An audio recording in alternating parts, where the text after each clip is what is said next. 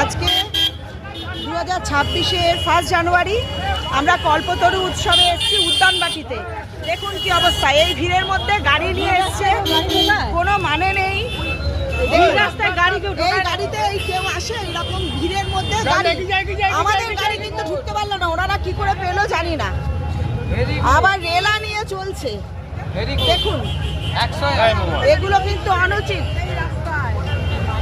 আমরা দাঁড়িয়ে আছি লাইনে, এই আমরা এখন বাসের ভেতরে ঢুকে গেলাম। জানি না এখন কত দূর যেতে হবে। আমি প্রতি বছরই আসি, এখন অনেকটাই যেতে হবে।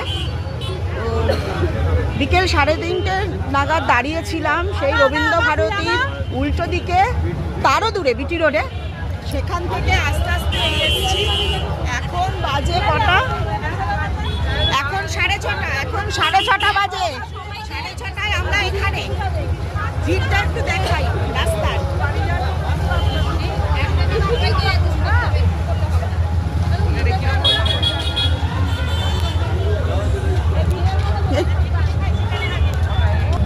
প্রচুর ভিড়, প্রচন্ড ঝামেলা লেগে গেছে, পেছনে সাংঘাতিক ঝামেলা হচ্ছে।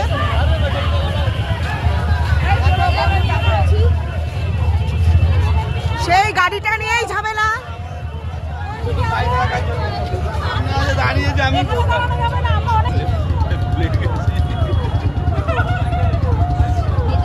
আমাকে 100 টাকা দিন না।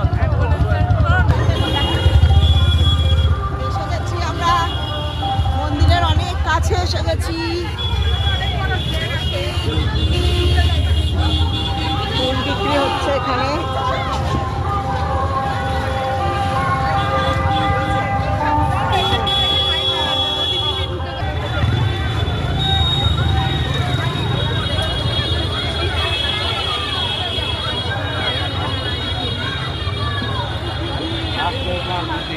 বিক্রয় কেন্দ্র, প্রণামী সংগ্রহের অফিস ইত্যাদি আছে। মন্দিরের কাছে বা আশ্রম offering flowers etc. in the respective place. After taking prasad packet, then collect your fruit, submitting the coupon.